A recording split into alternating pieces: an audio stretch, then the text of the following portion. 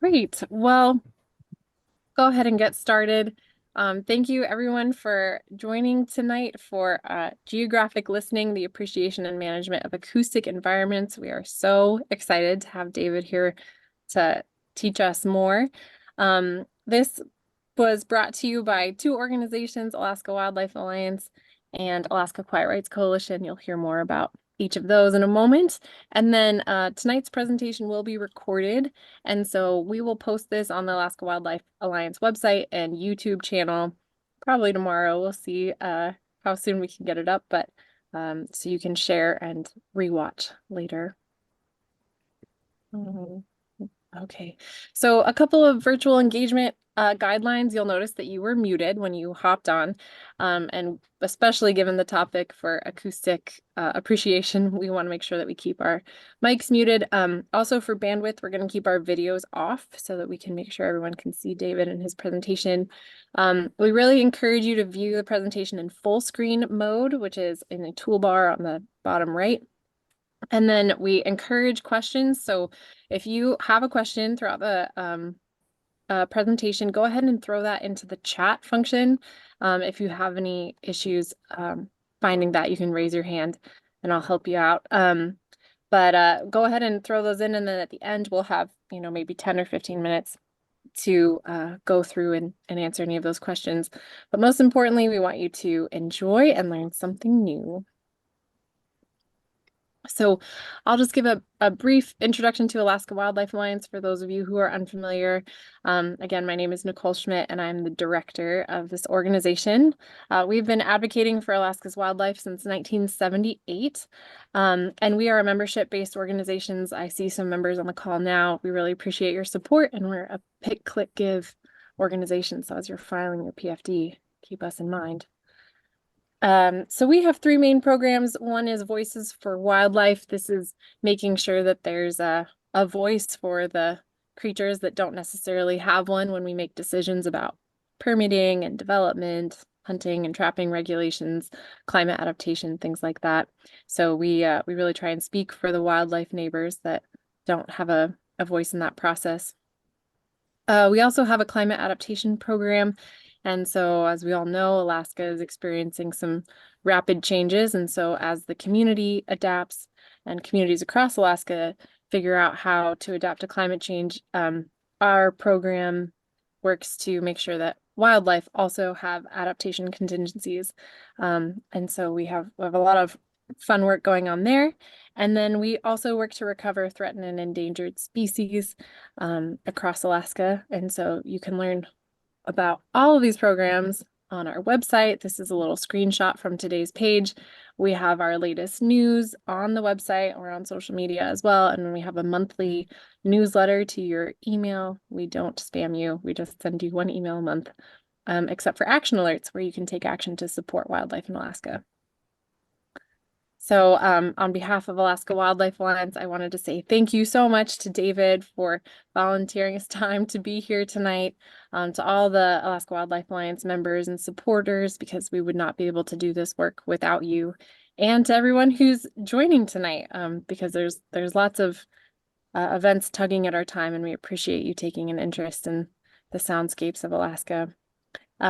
So I want to turn it over to Eric now to give an introduction to Alaska Quiet Rights Coalition. Eric, are you able to? Okay, can you see me on there? Let me stop my share. There you go. Okay. Well, thank you, Nikki, and welcome to everyone joining us this evening. My name is Eric Schatzel, and I'm the current president of Alaska Quiet Rights Association. If you're not familiar with the Alaska Quiet Rights Association, we were founded in '96 as a 501c3 organization. And today we remain an all-volunteer network of individuals with a shared belief in the importance of maintaining and restoring natural sounds and natural quiet on public lands and waters in Alaska through advocacy and education for the benefit of both people and wildlife. Our objective is a fair and balanced allocation of Alaska's public lands for both non-motorized and motorized recreational uses through effective planning that designates appropriate areas and facilities for quiet recreation and that minimizes the impact of motorized recreation where this is allowed. We strive to protect quiet in a variety of different ways. This includes commenting on land use plans and keeping our members informed of issues affecting the soundscape throughout the state and how those impact people, wildlife, and ecosystems. So if you're not already a member, please go to alaskaquietrights.org, and there's a page right there where you can join. Education is not just important for effective advocacy, but it also enhances our ability to appreciate nature as well. So I'm really happy to welcome Davyd Halyn Betchkal joining us this evening. Davyd is a biologist, geographer, and a field acoustician serving with the Natural Sounds and Night Skies Division of the U.S. National Park Service. Since 2009, he has documented 200 plus acoustic environments spanning the wild reaches of our Alaskan parks and preserves. He enjoys sharing insights into the sources of natural sound, and looks forward to realizing a future free from the noise of fossil fuel-based transportation. So his presentation this evening will explore how to listen geographically, and I'm really excited to hear about this. Davyd, with that, I'm going to let you take over. Very good. Thank you for the introduction, Eric. And I just wanted to say, while I'm kind of getting this up and running here, is that I think this is maybe my third or fourth time presenting now for the Alaska Quiet Rights Coalition group. So happy to be back and returning for this group. And then also, I think this is my first time now presenting to Alaska Wildlife Alliance. So that hopefully we can engage a few folks, new folks in this topic. Actually, I'm going to make sure I got my audio shared to here. There we go.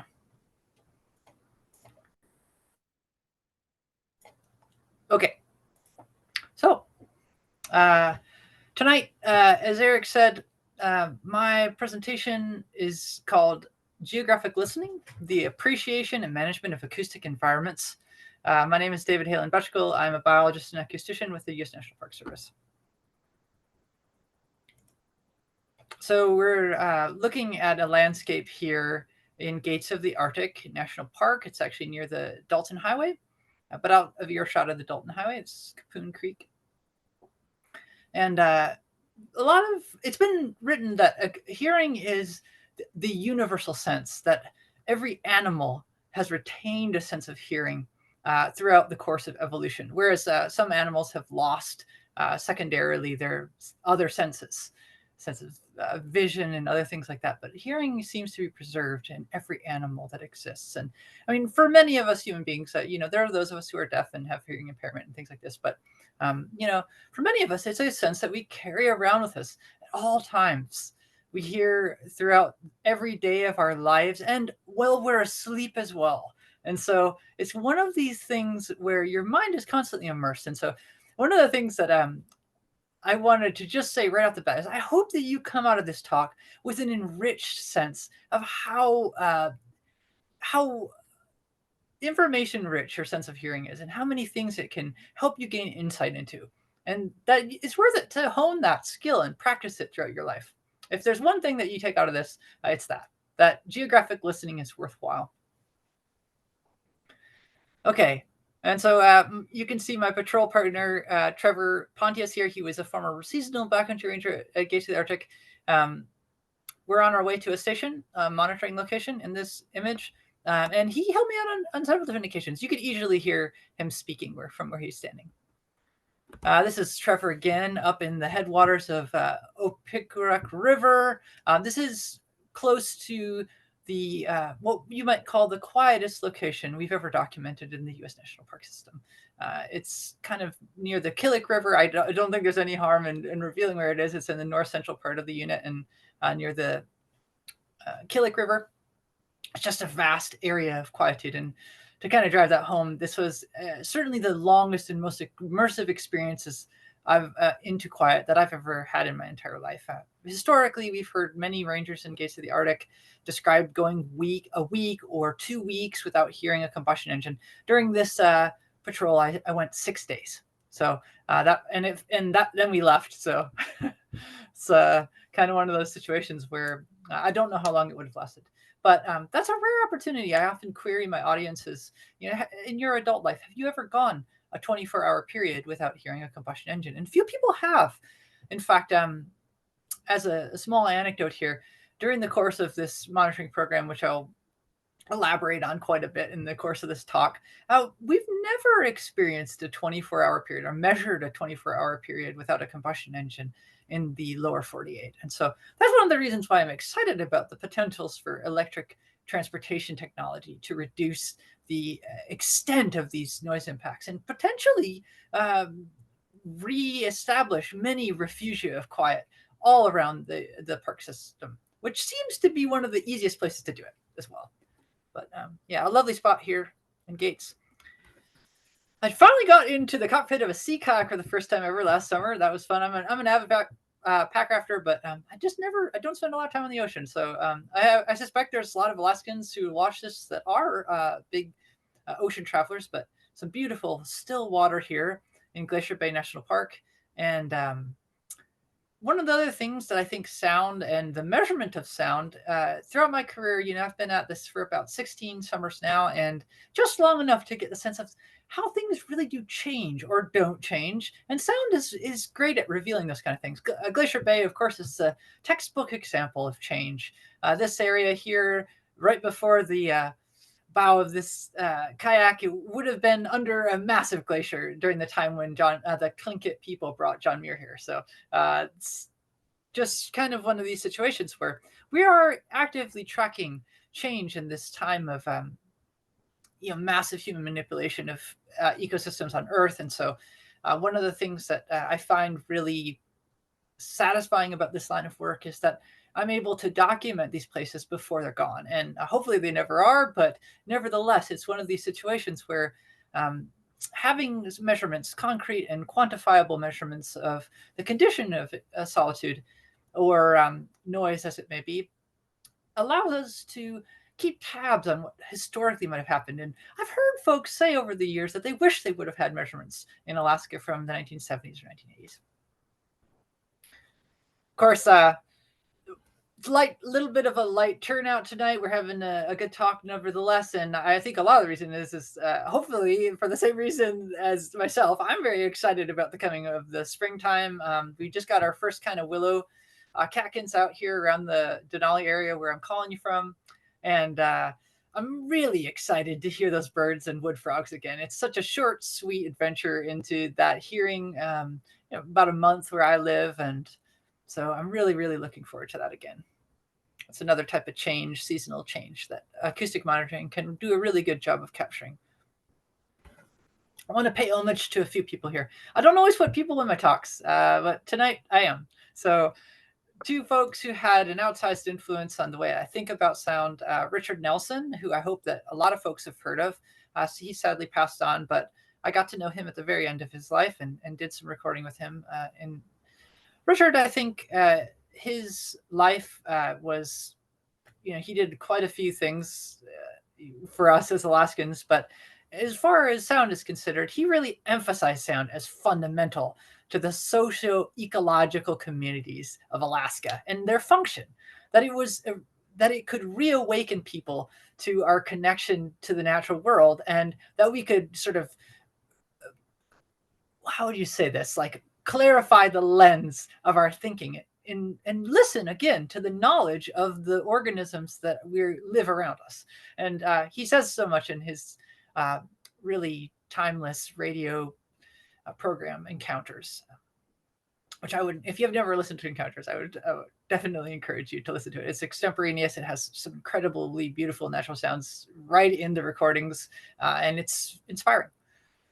Along with that, kind of more on the measurement side of the house, I hope a few folks have heard of Skip Ambrose. He's still with us and still ticking away, studying peregrine falcons. He's best known for over 50 years of research on peregrine falcons and their nesting productivity in light of the use of DDT and how it essentially their trajectory as becoming an endangered species and then being unlisted. And fewer people know that Skip was also very important to early measurements of sound here in Alaska. And he remains an acoustician and a field acoustician working in the area of wildlife and noise issues. he conducted early long-term measurements of environmental sound level in Alaska circa 1999. And they're the oldest long-term terrestrial measurements that I can think of, although there's other researchers who worked in the underwater domain in the 1980s. So kind of predating that by almost 20 years. But yeah, Skip taught me a lot. So thanks to him. Skip was also a member of this team, which I'm part of as well, the NPS Natural Sounds and Night Skies Division. He was here when it was about a quarter of the size as the folk. This is a picture from last fall. We've grown quite a bit over the years. And I guess I'll just skip right to the chase. There are 3 of us who serve in a field capacity in regional park offices, and we just so coincidentally happen to be standing in longitudinal order here. So we got myself, I represent the parks in Alaska. We've got someone in the Pacific West region based out of Sequoia Kings Canyon. We've got somebody representing the Southeast region, Great Smoky Mountains National Park. Here in Denali, I think I saw maybe Shan was on this call, so I hope he is. But Shan Burson was the one who kind of worked with Skip and others to establish the program here in Denali, and for that I'm very grateful. Obviously, that's an important legacy for me, but also Chad Holt and Jared Willard predated me in this one. And I've been fortunate to work with over 15 seasonal employees over the years, and many of them still work in the area of conservation, so I'm proud of that. For folks who live in other remote communities of Alaska or live near the boundaries of certain parks, I've been fortunate to work with a number of park staff, and these folks turn over from time to time, but I've been fortunate over the long term to work with Tanya Lewis in Glacier Bay. So if you live in Gustavus and you have questions about sounds, those kind of things, Tanya is a great person to talk to. Also, Chris Gabriel there in Glacier Bay. Dan Young, if you're in Port Ellsworth or you're interested in Lake Clark, he's based out of Anchorage, but he's been a tireless field scientist supporting these measurement programs in Lake Clark. Dr. Tim Mullett in Kenai Fjords. Unfortunately, he'll be leaving us soon, but he's been a really vigorous author and making lots of innovations in the field as well. Dave Shirakawa, who's the resource team leader here at Denali, has been a long-standing advocate for this line of work, and I'm really grateful for that. And then finally, Dr. Michael Saxton, who is an employee of Katmai and the Lagnakwal River. So kind of, if you don't know where a lot of these places are, I just thought I would give a slide here just showing what the extent of the park system is in our state. And so I don't think there's a whole lot else I wanted to say here. But of course, we've got a cluster of parks up in the Arctic along the Kotzebue Sound and into the Brooks Range up to about the Dalton Highway. We've got Yukon-Charlie Rivers out there on the Yukon itself. Kind of system of parks spanning the Aleutian and Alaska range and down into the Fairweather, stretching from sort of Aniakchak all the way over to Glacier Bay. And then a few other parks like Kenai Fjords down there, of course, on the Kenai Peninsula, Coastal Park, and then Sitka and Klondike Gold Rush, which are 2 small historic parks. Across all those units, I'm proud to say that we've deployed about 196 unique sites and many, many more deployments with sort of repeat monitoring efforts. So over 200 deployments. And that's over the course of about 25 years. And you can see their extent here, these black dots. Denali has I kind of joined in to a very rigorous random grid-based sample, and you can see it has kind of the most coverage, but I would say Lake Clark, Katmai, and Gates of the Arctic all have very complete inventories. Also, Sitka has got a pretty, for its size, it's got a great inventory. So I feel like we've got 10 out of the 15 units in Alaska have at least one sample, and I'm proud of that. Just to give you a sense of where some of this information we make. Oh yeah, okay. So, and that's about 1/5 of the total number of sites in the country. There's about a little over 900 deployments spanning North America, spanning the United States of America and our islands. So Hawaii, American Samoa. And the type of and diversity of environments that we've been able to document, as of course this program is it even kind of surprises me when you look at an image like this and you start to see just all the different types of habitats that we've documented using the same type of instrument, which means that they can be directly compared. And I think that's a very rich program. I've got kind of this plus sign here because we collect two streams of information: a very carefully calibrated and precise sound level measurement with an instrument called a sound level meter that's on the left. And that's a NIST traceable measurement back to some of the pressure measurements that they organize with NIST. And so that's what allows us this sort of very precise comparability between these different locations.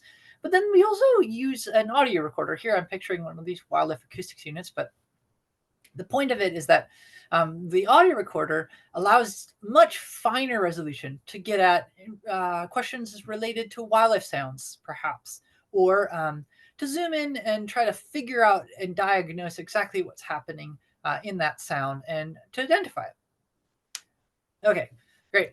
So I'm going to dive into a site here. I've picked this one, Dumpling Point, which is near Brooks Camp in Katmai.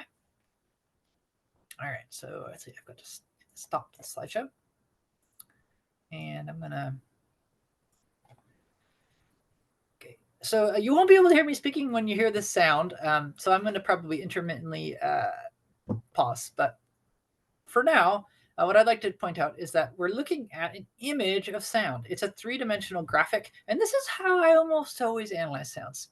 We'll be looking at, this is called a spectrogram representation of sounds, and we're going to be looking at a couple spectrograms tonight. So on the x-axis, it kind of behooves us to get used to it. On the x-axis, we have time, and this is in seconds right now. So this is 1 second, 2 seconds, 3 seconds, and so on. Pretty soon you'll see a sliding cursor as we kind of move through time.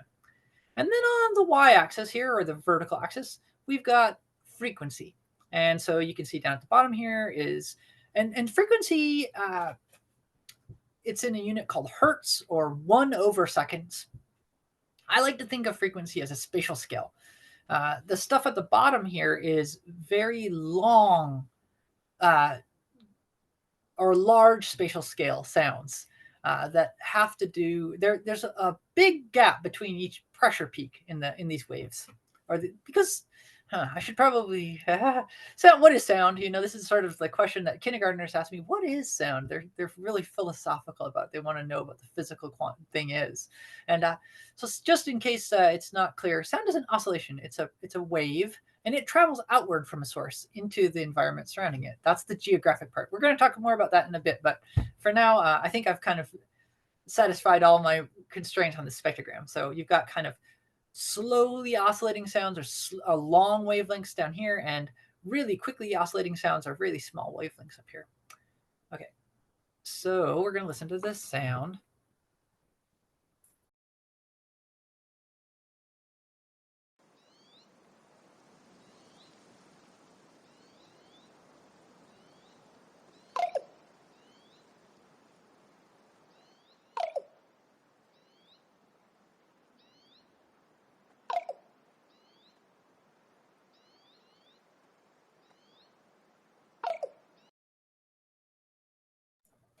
Okay, so no surprises there. That's a raven, and it's sitting very close to the microphone. Nice, clear raven.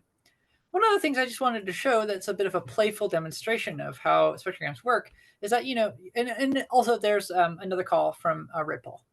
And this is this sort of diagonal looking lines here stacked up. That's that Red Bull call. And this is the raven here. In the background, we can kind of see energy from air flowing through the spruce forest around the microphone, and potentially also the sound of waves breaking down on the rocky shoreline below. But that's all this energy that we're looking at back here.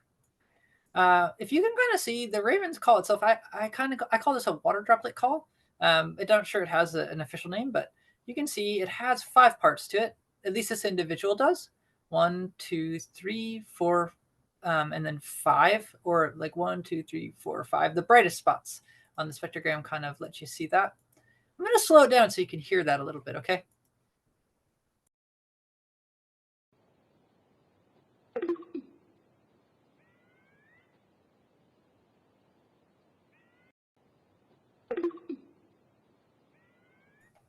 I think it's kind of fun to hear It's got 5 parts to it.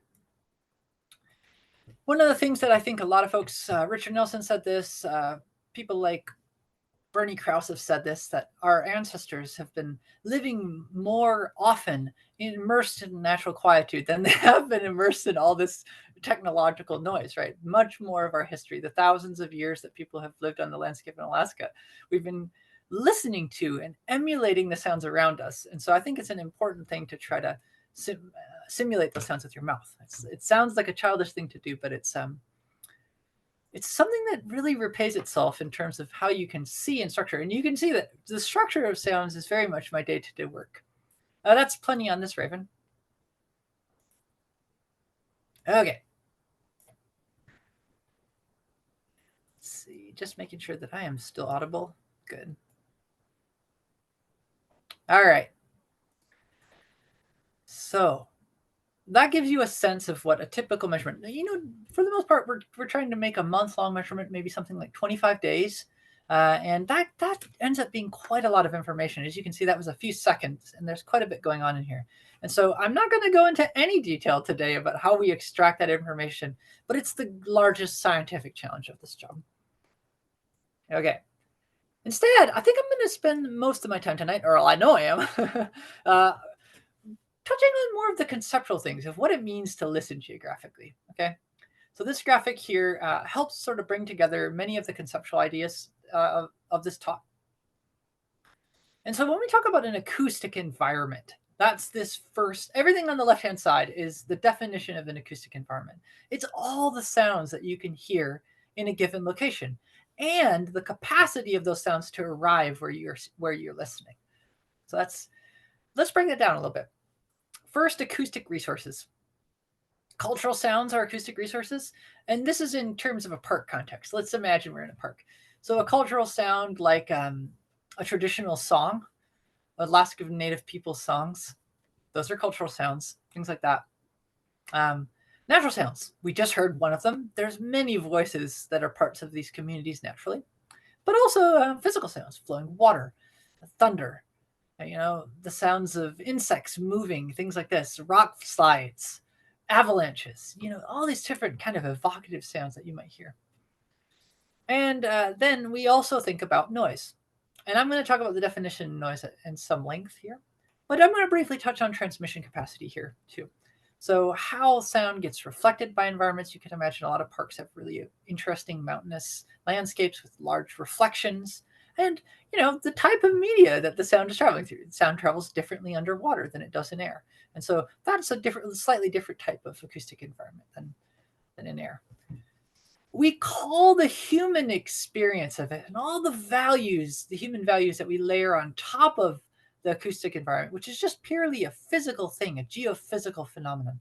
We call this thing that we layer on top of it the soundscape. It's similar to a viewscape, what you could see as you're standing in a spot. So all the things you can hear. Okay. I'm going to break that down. So this is, I was really excited to see this. A new paper just came out this year where they tried to synthesize together a lot of people talking about what soundscape means. There are European folks and researchers who kind of use it slightly different terms than folks do over here in the States. And so I was really excited to see the synthesis. They say a soundscape is the auditory environment of a place, setting, or community whose character is the result of the interaction with non-auditory and or contextual factors. One of the reasons I was so happy to see that this was the definition that they settled on is it's very similar to what the U.S. National Park Service has been using for over a decade. We just call the soundscape the human perception of physical sound resources. And you can see that's kind of a less academic way of saying the same thing. One of the reasons I chose to superpose this definition over this beautiful picture of Howard Pass in Noatak National Preserve is that on the same ridgeline there are Inukshuk, the stone humanoid figures that the the people of this area used to herd caribou and hunt them, and essentially to emulate human beings standing there in a line. And so that changes a little bit how you hear in that location. I think seeing those Inukshuk there changed anyways how I looked at the landscape and how I thought about it. And so that's kind of what they mean by non-contextual factors. When you're out there, I love the mist. Mist is proportional to mystery in my book. And I love a misty day. A lot of us love a sunny day. I love to get out in the sun. I do too, but the mist can really encompass you in this, wrap you up in a private space. And I hope that everyone, like looking at an environment like this, if you were up in on a mountain ravine over a river, you could hear the gentle rushing of the water continuously down below in the valley, distant, but not much else. Maybe every once in a while a clattering stone. How would you feel? How would that make you, how would you react to that? And if there was a noise event that occurred during the time that you were up here in the mist, how would that change your opinion of that experience? This is kind of the questions we ask ourselves conceptually. And there's been a good explanation for how people respond for almost 100 years. GWCK was a physicist with the British National Laboratory, and he was kind of a working scientist for most of his life. He wasn't well published or anything like that. He worked on a lot of basic universal constants and some of the early studies of X-ray radiation. But towards the end of his life and his career, he ended up working on early measurements of noise, which were, at this time when he published this was about 10 years into the history of being able to actually measure sound. And so he's articulated very clearly, I think, the way that sound comes to be out of place, which is what we might refer to as noisy now. He referred to it as being out of place. It was geographically inappropriate. He said it could become out of place due to its excessive loudness, its composition, its persistency or frequency of occurrence, or alternatively, its intermittency, its unexpectedness, untimeliness or unfamiliarity, its redundancy, inappropriateness or unreasonableness, its suggestion of intimidation, arrogance, malice, or thoughtlessness. It's a comprehensive description. We still don't even address all of these in our social science kind of research projects, but I think especially some of those last ones are interesting. So an example of this is the same valley now. We're up a little bit higher and looking out over these hanging glaciers and things like this. So this is a designated wilderness area in Denali that we're looking at. Cook's Escape Pass, that's what it's called. Wilderness-dependent activities, say Hendy and Dawson, are recreational activities that depend on wilderness conditions. You can't experience them otherwise. It's a rare freedom that requires this type of landscape and this immersion into this specific type of geography, such as experiencing solitude and isolation, as we've just been talking about, and observing natural ecological processes. Or challenge, oftentimes we talk about the challenge of traveling in wilderness as if it were the only thing. But really, in terms of sound, what's more important is these first two. Noise destroys some of the sense of solitude and isolation. It connects you, especially you can hear another person around there doing something. Okay, yeah, it's diminished your sense of solitude and isolation. And part of the thing that we are always trying to tie in there is that noise also disrupts the behavior of animals. It disrupts their communications, their ability to hear important cues of, say you're a prey species and you're in noise, you might spend more time vigilant, making sure you're listening for and scanning the environment for predators. Maybe you're going to rely on your visual sense more than your auditory sense. There's good evidence of that in some types of animals like doll sheep and such, that they spend more time vigilant in noisy environments. And so most animals will prefer to move into habitat that's not contaminated by noise and spend time there if they have the option to do it. And so, again, wilderness is great and quiet in wilderness is important for observing those kind of intact natural processes. Okay. Hopefully that's quite clear, but I'm going to just try to solidify it with another visual diagram. I'm a very visual thinker, and so this triangular model I think works pretty well to sort of illuminate where we've come from and where we're about to go. So if you got a microphone out there in space, or you have a listener in space, what is the information you can extract from an acoustic environment by listening? So we talk about in the Park Service intrinsic acoustic resources, things that Congress said, here's a place. Here's the reason that we created this place. What is intrinsic? What are the types of sounds that are part of that place? You know, if you're at Minuteman National Historic Park in Boston, it might be the sound of drums or other reenactments of the American Revolutionary War. It's on an auto timer. Apologies. So these intrinsic acoustic resources are sounds in place, as we've just been talking about. These include identifiable natural sounds and ambience, which we'll talk about here in a brief while. Then noise very quickly and easily can be defined as unwanted sounds, which are out of place. So, like I said, sound and hearing is a universal sense. And so one of the things I love about this job is that your visitor to a park, you know, you as an individual listener, and almost every animal, we're unified to some degree in the fact that we experience every sound we ever hear embedded in ambience, this sort of diffuse and slowly changing background to which sounds emerge from. And I've got an example of that here, where on the x-axis of this plot, we've got time, about 1 day, and I've simulated a number of aviation noise events, aircraft sort of flying over this area, and their sound level in decibels, which we're going to talk about decibels in a bit here too. So I've sort of jumped the gun a bit, but the point here is that most human noise events, some of them anyways, are relatively short and change relatively quickly compared to this natural ambience that they're heard against, and they project quite a bit upward out of that ambience, which makes them easy to identify.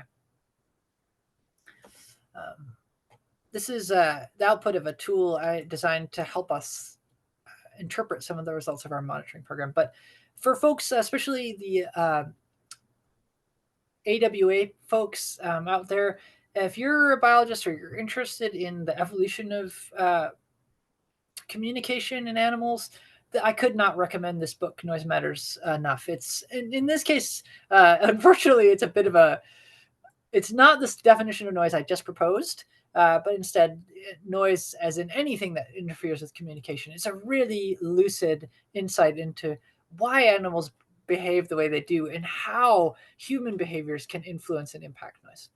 Worth reading. Okay. The other way you can look at this triangle is like this. So same idea here is that we take ambience, this slow changing boundary on our ability to hear, and from that, these fast changing audible events emerge. We have natural sound events emerging, which occur and then stop. And then we have noise emerging from ambience and then stopping. So we call those transient sounds. Okay. Let's talk a little bit about ambience. This is one of my favorite things to talk about. Probably my specialty would be in this quantification. It's like a type of physical ecology where you're trying to understand things related to how far you can hear, and also about if you were an ecologist and you're talking about an energetic coastline, rocky, full of powerful surf exposed. It's an energetic coastline versus a quiescent coastline, like a shallow, sandy coastline that's protected. Same thing works for acoustic environments. You can talk about energetic acoustic environments and quiescent acoustic environments that just have to do with these natural ambient sounds. So hopefully, folks, if you've crossed a stream or stood by a small stream, when you're crossing that stream, what we're looking at here is Cache Creek in Denali. And if you're crossing a creek or you're standing near like powerful surf on the coastline of Alaska, sound levels over the course of 1 second may be about 50 to 55 dB. And I know that when I took this photograph, my patrol partners were nearby, about 10, 15 meters away from me in camp, and I could hear them talking, but I couldn't understand anything that they were saying. However, when I walked up onto the hillside above Cache Creek, from here, I could easily hear a marmot calling on this slope over here. And so sound levels up, and my point is that once you get up above, even 50 to 100 meters up above these small creeks and things in Alaska, sound levels quickly drop to about 30 to 35 dB ballpark. And the area in which you can hear expands immensely. The median sound level, the typical sound level in U.S. national parks across the whole system is 20 dB. And this site here at Crystal Creek exemplifies that. So a lot of places in Alaska where you get up away from proximal flowing water, you're up on the mountainside, you're up high above a location, you're interior in the tundra area, you name it. Most of the land area of the national park system is sort of in this 20 to 25 dB range. And yeah, I don't know if there's a whole lot more to say about that, but I did want to mention, just for folks who are interested in planning and responding to plans, my office and myself included have been trying to advocate for wider adoption of this standard. It's an ANSI, American National Standards Institute, and Acoustical Society of America standard, which helps distinguish the history of this sort of work started in cities. And so a lot of the metrics that we use to describe ambience are related to the ambience in cities, which is just more human sound. It doesn't vary very much in time, and it's high energy level. And so there's actually a whole separate standard that we try to encourage people to use for measuring these ambient sound levels in protected, natural, and quiet residential areas. So something new, something to be aware of. If you see people using standards that are based around urban environments, this is one way you could push back and say, no, these quiet areas actually are just distinct from a scientific standpoint. And so there's great agreement among the scientists in ASA and folks like myself who are also practitioners in this environment, working on these types of issues in plans. So that's one nice thing, is that there's really no disagreement among the scientific community that this is a needed thing. But it doesn't stop there. In the winter months, we often have sound levels closer to 10 dB. This is a beautiful historic photograph also from the Denali area, but I think this is applicable all over the state of Alaska. 10 dB. And you can get down to that in high alpine environments of Alaska, not limited to the Alaska range, but certainly other places like the Fairweathers or the Aleutians or Brooks Range or whatnot. Once you get up above a certain elevation, it's winter all the time, and sound levels are quite close to this 10 dB as well. They might be between 10 and 20 in the summer months, but yeah. I've made measurements as down as low as 5.5, and that's as low as my instrument can go. So I have a feeling that we have a ways to go before we can capture sort of this full dynamic range of real environments. Okay, I see that I'm actually taking more time than I thought on these, so I better pick it up here. The good news is that I've tried to make this as immersive as I can. So audible sounds then. This leads us naturally to the definition of audibility. Audible sounds are those given their frequency and amplitude which can be heard by a particular animal in an acoustic environment. They have enough energy that they pop out of that ambience, and they're within the right frequency range. The cool part is that this is a little more complicated. Marine mammals, for instance, underwater, can hear, different species can hear infrasound below the range of human hearing, which is about 20 hertz. And they can hear, some of them can hear and emit calls in the ultrasonic range above 20,000 hertz. So bats are also capable of communicating ultrasonically. That's how they echolocate. And birds, similar to human, mostly communicate in the audible range. Let's see here. Because sound spreads out from sources, because it moves, audibility is geographic as well. So this is kind of the key point of this talk, and I'm going to talk a little bit about this at length here.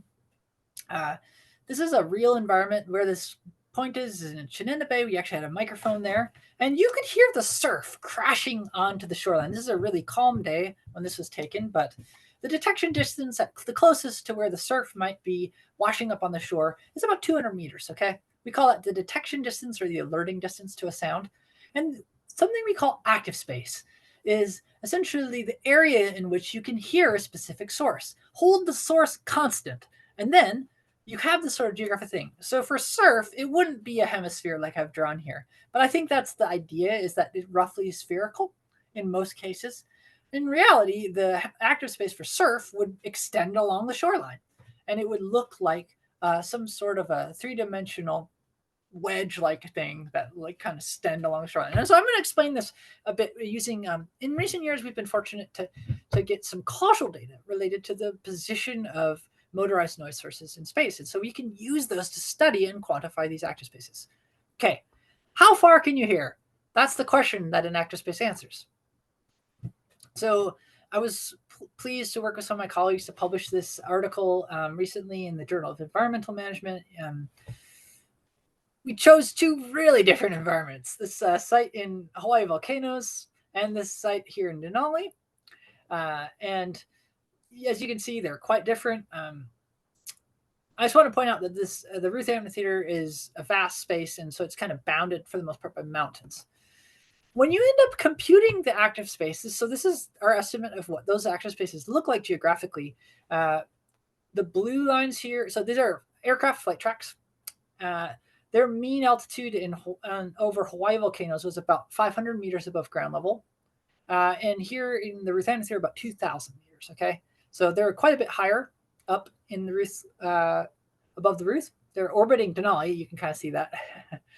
And so these black lines, the blue color here is where we found flights to be audible, and the red lines are where we found them to be inaudible. And then we use some physical theory joined with that to estimate the size of these, okay? And so in Hawaii, we estimated that they're audible at distances less than or equal to about 10 kilometers or 6 miles. In the Ruth Amphitheater, less than or equal to 20 kilometers or 12 miles. So, I mean, it just goes to show that sometimes how far you can hear is it's astonishing how far you can actually hear some of these sources. All right. Same idea, but for vessels. I've been working a lot in Glacier Bay these last few years to try to get a better sense of how vessel noise spreads out in space.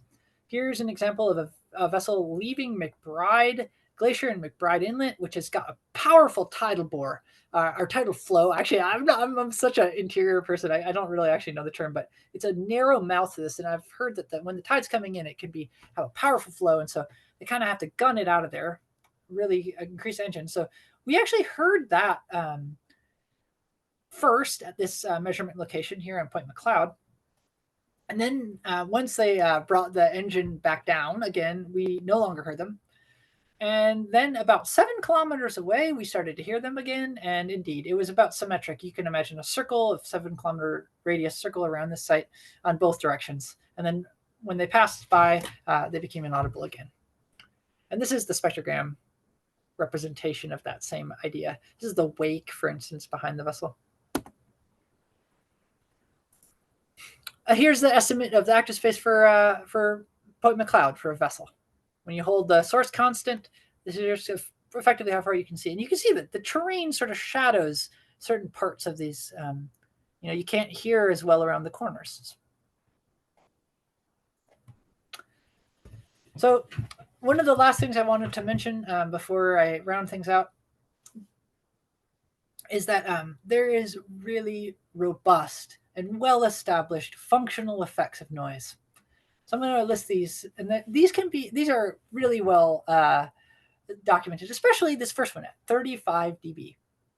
So it's where mammalian stress response starts to kick in. Things like blood pressure and heart rate increase in sleeping humans.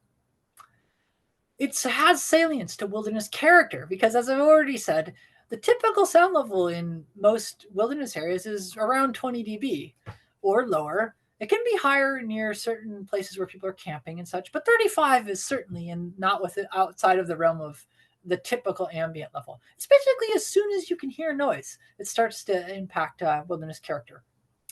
And it also impacts visitor use more generally in areas that aren't designated as wilderness. And so the perceptions of noise, and this last one actually is from a park in New Zealand, kind of cool. So it's also not just an American thing. At 40 dB, we start to see the very first signs of declines in biodiversity. With quite a few papers citing effects that kick in around 45. At 52 dB, the EPA made sure to point out that there's a physical interference with communication at distance, like I think it's 5 meters. But basically, you can think about like an individual addressing a group, or if you're on a rope team or climbing team, you're calling for bears, this kind of stuff, okay? 52 dB is where essentially communication at short distances is interrupted and unintelligible. And at 60, normal conversation is interrupted. And I can attest to this, having experienced a lot of events at 60 dB overhead. You basically have to stop talking. So speech is unintelligible. These are worth keeping in mind. I have another talk that you can find on YouTube. I gave to the Denali Citizens Council last year, and it's got a great deal of other information on standards and such. And I would direct you to that if you're really interested in a lot of soundscape standards and a deep dive into Denali standards. And I can share the link along with the rest of these materials after this talk. But one of the things I wanted to draw attention to here is that this is a beautiful image of Nova Rupta in the Valley of 10,000 Smokes in Katmai, another place where I had 3 days of unbroken without a combustion engine, actually during the course when this picture was taken on a personal trip. But Katmai is working on a wilderness and backcountry management plan, and you should anticipate a chance for public comment in November 2024. So that's one thing that I'm looking forward to. Katmai, as you saw, has a robust acoustic inventory, and it was really interesting to engage with this group and come up with some new acoustic standards for Katmai. So I'm kind of looking forward to hearing what the public has to say about those. And I guess I'll wish you peaceful listening this summer as it approaches. And if you've got questions, now is the time.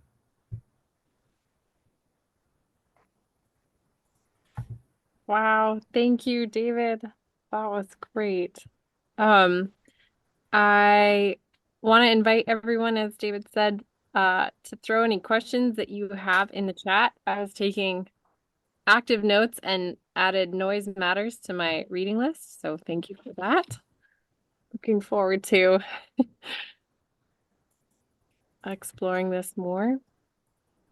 Yeah, it's interesting. Actually, if it's all right with you all, I'm going to paste in all the references. So if people want to just find those references throughout the talk, links and stuff. Hopefully it's not too much. It's going to be gigantic in here. And let's, yeah. I think more information is better. That is great. And then Okay. I'll make sure that when we post the video, we can, I think in the captions or some option, we can post those as well. Great. The slides also have them if you're able to share them out. I don't know if that's true or not, but. Great. Well, while David is posting, does anyone have any questions? Go ahead and put them into the chat. Eric, I know Quiet Rights Coalition has done a lot of work and advocacy around this, and also invite any comments or questions from you all. I thrive on a dialectic, so even if you think it's a basic question, please do ask. It's one of these things where the conversation is perhaps more important than the slides themselves. Even if they're just reflections, what you think about sounds, how they make you feel. Those are interesting to me as well. That's that kind of feedback. We do have some rolling in, and I'll say prior to coming to Alaska Wildlife Alliance, I worked at Yosemite National Park, and I was doing a backcountry survey on solitude, and basically my job was to walk these trails and note whenever I saw or heard someone, and we were doing statistics around how often you would hear other people. And for solitude for Yosemite National Park, it was 30 minutes of not hearing anyone. And I think about that sometimes in Alaska, where depending on where you are, 30 minutes you can go, as you said, 6 days. Yeah, I try to use the word rich as often as I can. I neglected to do that in this the earlier slides, but we're really rich. Like, I try to get people to appreciate that. That's part of the reason I use the term appreciation. We're so rich, we can protect it. We can keep this stuff intact. And actually, it's funny that you say that, because my field notebook, I mean, a lot of what I'm doing in the field is probably too small to see, but similar idea. Keeping track of every time a plane flies over. And so these, when I say 6 days or 3 days, I mean, that's because I'm listening the whole time and trying to document it. I wouldn't say that if I didn't know exactly how long it was. Well, we do have a couple questions. Oh, so great. Carla said, first of all, thank you, ! Incredibly informative. I'm in Juneau, where we are blanketed with helicopter tour noise from May through September. Homes, hiking trails everywhere, plus all of the wildlife are impacted. We aren't wilderness, and the Forest Service has pushed against all responsibility, and FAA doesn't do anything. So what are some ways to monitor and communicate the impacts of that noise on a community? It's a great question. And I do know that portals, airports and such, or marinas or whatnot, they concentrate noise, right?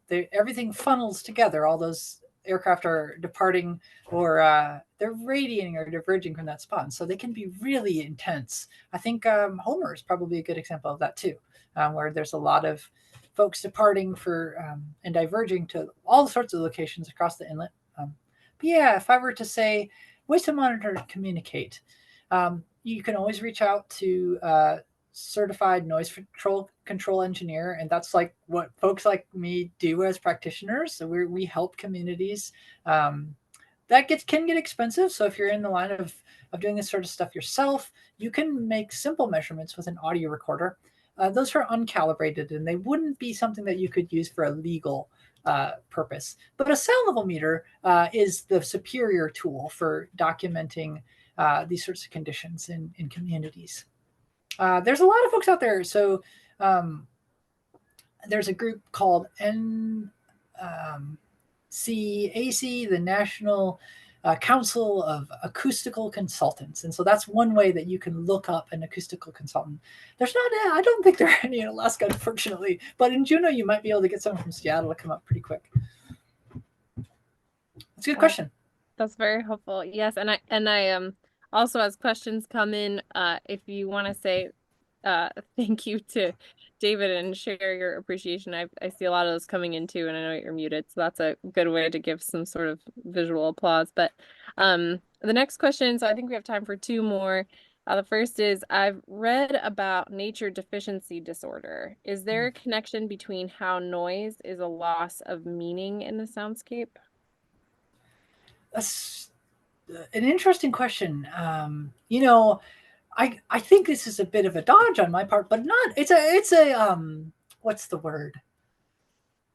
It's a heartfelt dodge. I would direct you right back. If you go to that Encounters website, Richard Nelson's radio program, I think they've got a video of him saying almost exactly the same thing as you posed as a question here.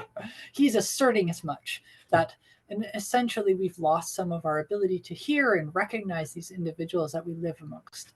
The idea that a lot of people can't even, I don't mean this in too negative of a sense, but like when I hear a gray jay, it's like, oh, what interesting. They have so many 200 or 300 different types of vocalizations they can produce. They're so numerous and individualized.